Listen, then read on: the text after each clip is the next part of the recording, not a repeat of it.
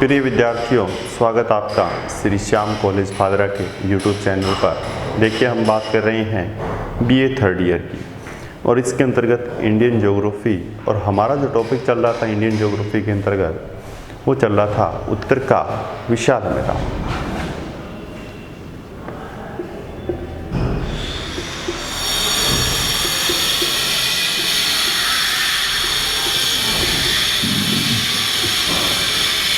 उत्तर के विशाल मैदान के अंतर्गत हमने बात की थी, इसका जो अनुदैर्ध्य विभाजन है, वो अनुदैर्ध्य विभाजन हमने देखा था। देखिए,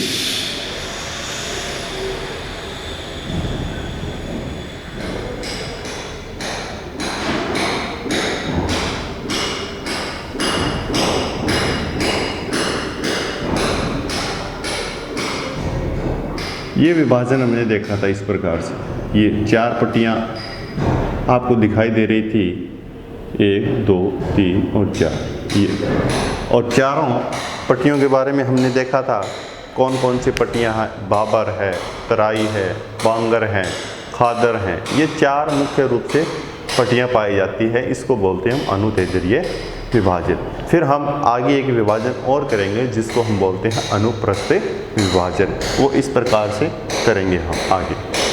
तो चलिए, हम बात कर रहे हैं इसी अनुदैर्ध्य विभाजन की। तो हम एक सारणी के माध्यम से देखेंगे। अध्ययन बिंदु सारणी के माध्यम से देखेंगे। चार प्रदेश थे हमारे, बाबर या भांबर,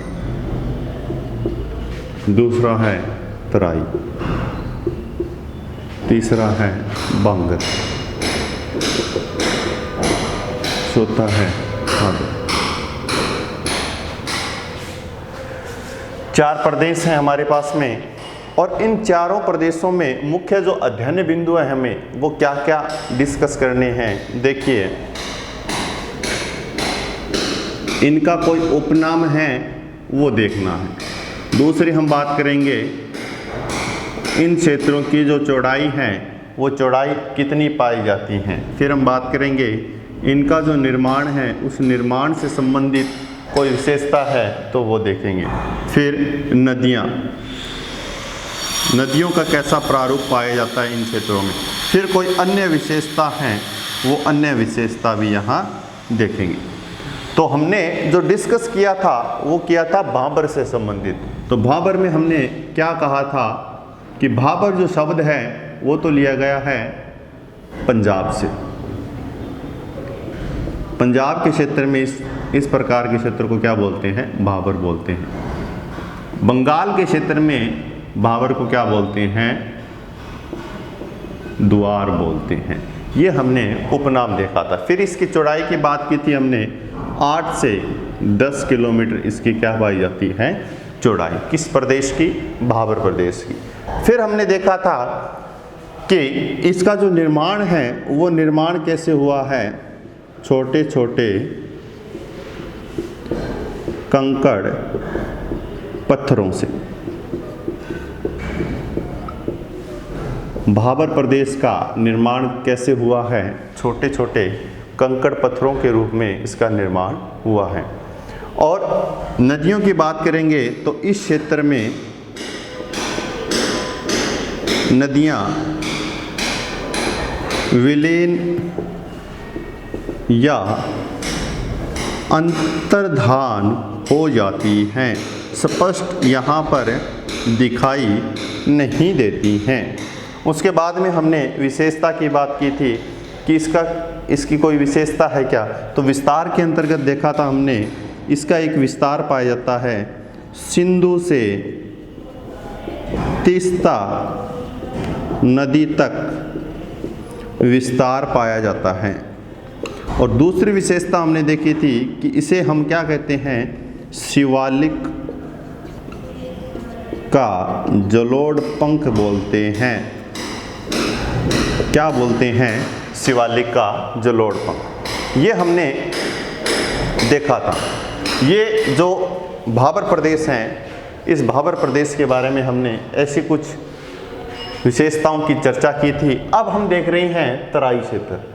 तराई जो क्षेत्र है ये सेकंड नंबर पट्टी पर आता है। ये 1 नंबर पट्टी है, यहाँ 2 नंबर पट्टी है। भाबर से जस्ट आगे, भाबर के समांतर जो पट्टी पाई जाती हैं उसको हम क्या बोलते हैं? तराई प्रदेश बोलते हैं। और इस तराई प्रदेश का कोई वैसे उपनाम नहीं है, तो हम इसको क्या कर देंगे? इस प्रकार से खाली छोड़ देंगे। फिर हम इसकी चौड़ाई की बात करते हैं कि इसकी चौड़ाई कितनी पाई जाती है। देखिए भाबर की जो चौड़ाई पाई जाती है वो 8 से 10, और इसकी चौड़ाई क्या पाई जाती है? 10 से 20 किलोमीटर। तो हम ये कह सकते हैं कि तराई प्रदेश है वो इस उत्तर के विशाल मैदान में सर्वाधिक चौड़ा भाग पाया जाता है, और इसकी चौड़ाई कितनी है? 10 से 20 किलोमीटर है। अब देखिए इसका निर्माण, तराई क्षेत्र का निर्माण किसके कारण हुआ है? महीन कणों के कारण हुआ है। ये तो छोटे छोटे कंकड़ पत्थर हैं, लेकिन इससे भी छोटे महीन जो कण हैं उन कणों से किसका निर्माण हुआ है? तराई प्रदेश का निर्माण हुआ है। अब नदियों की बात करते हैं तो यहाँ तो नदियाँ दिखाई नहीं देती हैं क्योंकि बड़े कंकड़ पत्थर हैं, पानी नीचे से खिसक जाता है, स्पष्ट दिखाई नहीं देता है। लेकिन यहाँ महीन कण है, इसके कारण पानी नीचे से नहीं खिसकेगा बल्कि आपको स्पष्ट दिखाई देगा। तो तराई प्रदेश के अंतर्गत क्या है? यहाँ नदियाँ धरातल पर पुनः दिखाई देती हैं। यहाँ नदियाँ धरातल पर पुनः दिखाई देती हैं। यहाँ नदियाँ दिखाई नहीं दे रही थी भाबर प्रदेश में, लेकिन यहाँ नदियाँ दिखाई दे रही हैं क्योंकि यहाँ पर क्या पाया जाता है? महीनकण। अब देखिए इसकी विशेषता की बात करते हैं। तो विशेषता के अंतर्गत क्या है? जब महीन कण है तो महीन कण होगा तो वो प्रदेश आपको कांप प्रदेश के रूप में दिखाई देगा। महीन बिल्कुल बारीक कण होते हैं, वो बारीक कण ही क्या कहलाते हैं?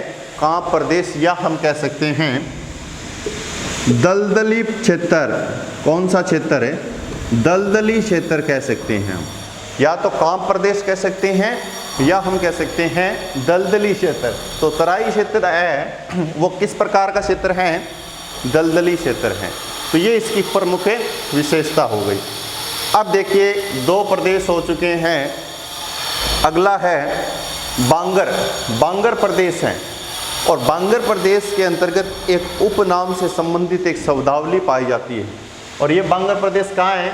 जस्ट इसके आगे तराई प्रदेश के समांतर बांगर प्रदेश पाया जाता है, और इसके अंतर्गत एक उपनाम है बारिंद। बारिंद बारिंद है इस बांगर प्रदेश में। इस बांगर पट्टी में पश्चिमी बंगाल के अंतर्गत, पश्चिमी बंगाल में लेटराइट जमाव पाए जाते हैं। क्या पाए जाते हैं? लेटराइट जमाव पाए जाते हैं। मिट्टी है लेटराइट, वो लेटराइट मिट्टी का जमाव पश्चिमी बंगाल में पाया जाता है, बांगर प्रदेश में। तो उसको हम किस नाम से जानते हैं? बारिंद के नाम से जानते हैं। और ये लेटराइट जो मिट्टी है, लेटराइट जमाव है, ये बंगाल में किस क्षेत्र में दिखाई देता है? तो याद रखना डेल्टाई क्षेत्र में दिखाई देता है। डेल्टाई जो क्षेत्र है बंगाल का, वहाँ पर आपको ये लेटराइट जमाव दिखाई देगा। किस पट्टी में? बांगर पट्टी में। बांगर पट्टी में जो लेटराइट जमाव दिखाई देता है डेल्टाई क्षेत्रों में, उसको किस नाम से जानते हैं? बारिंद के नाम से जानते हैं, ये याद रखना। अब इसकी चौड़ाई की बात करेंगे तो चौड़ाई के इसकी कोई विशेषता नहीं है, इसलिए हम इसको खाली छोड़ देंगे। फिर हम बात कर रहे हैं इसके निर्माण से संबंधित। तो बांगर जो हैं वो बांगर क्या हैं? प्राचीन जलोढ़ से निर्मित क्षेत्र। या पूछ लिया जाए बांगर क्या है, 1 नंबर का प्रश्न आ गया, तो आपको सिर्फ इतना लिखना है प्राचीन जलोढ़ से निर्मित प्रदेश को हम क्या बोलते हैं?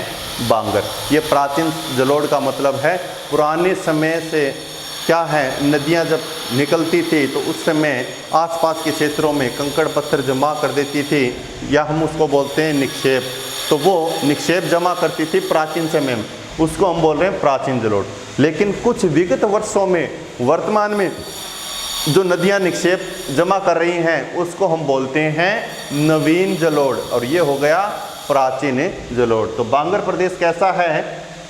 ये प्राचीन जलोढ़ से निर्मित प्रदेश हैं, और प्राचीन जलोढ़ मिट्टी यहाँ पाई जाती है, या हम कह सकते हैं कांप प्रदेश हैं।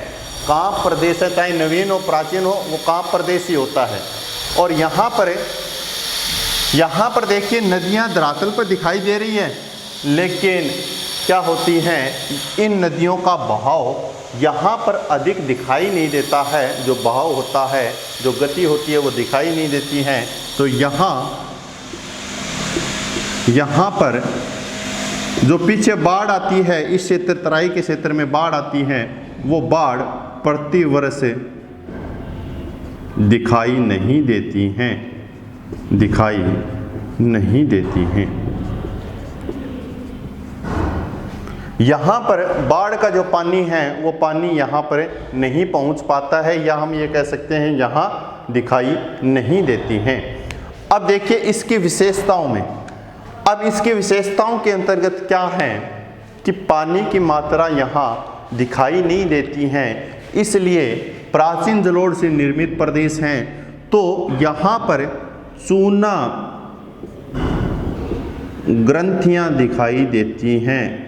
चूना ग्रंथियाँ कहने का अर्थ क्या है? कई बार आपने देखा होगा कि कोई क्षेत्र है, उस क्षेत्र में आपको वाइट परत दिखाई देती है, नमक जैसी परत दिखाई देती है, जिसको आप क्या बोलते हैं? सेम आ गई, ऐसे बोलते हो आप, सेम आ गई।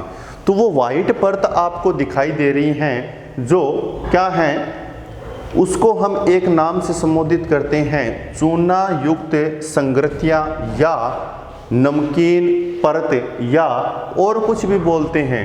तो ऐसी शब्दावलियाँ यहाँ भी यूज़ की गई हैं, जैसे हम बोलते हैं भूड़, रेह, कल्लर। भूड़, रेह, कल्लर, ये सारी की सारी विशेषताएं किस प्रदेश की हैं? बांगर प्रदेश की हैं। और ये है क्या कि भूमि पर जो नमकीन परत दिखाई देती है उसको भूड़ बोलते हैं, रेह बोलते हैं और कलर बोलते हैं। ये अलग अलग प्रदेश में अलग अलग नाम हैं, लेकिन इनकी कंसेप्ट एक ही है कि भूमि पर जो नमकीन परत, चूना युक्त परत आपको दिखाई देती हैं, वो क्या कहलाती हैं? भूड़, रेह, कलर। किस प्रदेश के अंतर्गत दिखाई देती है? वो देती है बांगर प्रदेश के अंतर्गत। अब ये बांगर प्रदेश हो गया। अब उसके बाद में अगला जो आता है वो क्या है? खादर प्रदेश है। अब खादर प्रदेश में ऐसा कोई उपनाम नहीं है, न इसकी कोई स्पेसिफिक चौड़ाई है। इसका निर्माण देखें तो मैंने कहा एक प्राचीन जलोढ़ होता है, एक होता है नवीन जलोढ़। नवीन जलोढ़ से निर्मित प्रदेश कौन सा है? खादर है, नवीन जलोढ़ से निर्मित प्रदेश। अब यहाँ पर बाढ़ का पानी जो है वो प्रतिवर्ष नहीं पहुँच पाता है, लेकिन यहाँ पर बाढ़ पहुँचती हैं। कहने का अर्थ बाढ़ का पानी यहाँ पर स्पष्टतः प्रतिवर्ष दिखाई देता है, यहाँ पर प्रतिवर्ष दिखाई नहीं देता। ये तो प्राचीन समय की है निक्षेप, लेकिन ये अब भी क्या है? जमा हो रहा है। जमा हो रहा है तो इसके साथ में बाढ़ का पानी भी क्या है? आता चला जाता है। इसलिए हम कहते हैं कि यहाँ पर बाढ़ का पानी पहुँच जाता है। इसकी विशेषता की बात करेंगे तो यहाँ पर भूमिगत जल का जो स्तर है वो सर्वाधिक दिखाई देता है, ऊंचा दिखाई देता है। भूमिगत जल जो होता है उसका स्तर है वो काफ़ी ऊंचा दिखाई देता है। कम गहराई में भी आपको भूमिगत जल प्राप्त हो सकता है। तो इस प्रकार से हमने 4 प्रदेश देखे हैं, और चारों प्रदेश के अंतर्गत अलग अलग विशेषताएं, अलग अलग जो निर्माण है, जो नदियां हैं, जो चौड़ाई है, उपनाम है, ये सारे पॉइंट हमने डिस्कस किए हैं। और ये जो मैंने विभाजन किया है, ये विभाजन किसके आधार पे किया है मैंने? संरचनात्मक दृष्टि से, या हम कह सकते हैं ढाल के आधार पर। संरचनात्मक दृष्टि से या ढाल के आधार पर ये हमने वर्गीकरण किया है। अब देखिए, एक वर्गीकरण तो ये है उत्तर के विशाल मैदान का, एक वर्गीकरण आगे और आएगा जिसको मैं अभी समझाऊंगा आपको। अब देखिए, आपका क्वेश्चन आता है अगर 3 नंबर का, छोटा तो नहीं, मतलब शॉर्ट इसे टाइप बोल सकते हो आप। अगर ऐसा आता है तो आप इस प्रकार की एक सारणी बनाकर उसको समझा सकते हैं। अगर क्वेश्चन आता है बड़ा क्वेश्चन आएगा इस टाइप, तो आप क्या करोगे? इस सारणी को भी लिखोगे और साथ साथ में आगे जो अनुप्रस्थ विभाजन मैं आपको बताऊंगा वो भी आप उसी में ऐड करोगे। तो वो हो गया इसका बड़ा स्वरूप। अगर आपको छोटा लिखना है तो ये एक सारणी बना देना। जो 3 नंबर का क्वेश्चन होता है उसके अंतर्गत आपको एक सारणी ही बनानी है, और ये पूरे उत्तर के विशाल मैदान का वर्णन है। लेकिन वर्णन ये कैसा है? अनुदैर्ध्य वर्णन है। तो चलिए हम आगे वाले अनुप्रस्थ जो विभाजन है उसकी बात करते हैं, और उसका जो आधार है वर्गीकरण का वो देखेंगे कैसा है।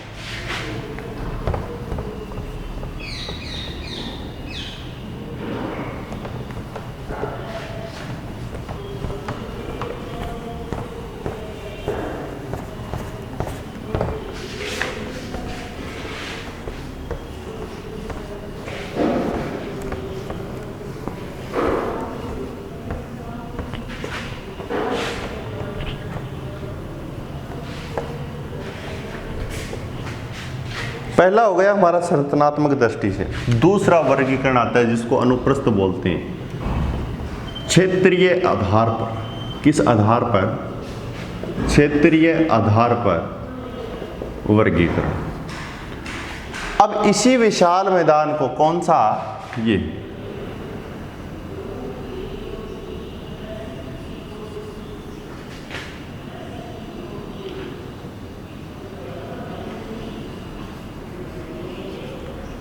इस विशाल मैदान को हम क्षेत्रीय आधार पर डिवाइड करेंगे। पहले हमने किया इस प्रकार से, अब करेंगे ऐसे। तो क्षेत्रीय आधार पर कुल कितने भाग पाए जाते हैं? मुख्य भागों की बात करेंगे, 4 भाग पाए जाते हैं। पंजाब, हरियाणा का मैदान, दूसरा है राजस्थान का मैदान, तीसरा है गंगा का मैदान, और चौथा है ब्रह्मपुत्र का मैदान। ये 4 मैदान आपके सामने दिखाई देंगे। अब ये चारों मैदान कहाँ पर हैं, इनकी स्थिति क्या है, ये देखेंगे। अब देखिए, जो ऊपरी क्षेत्र हैं, ये क्षेत्र,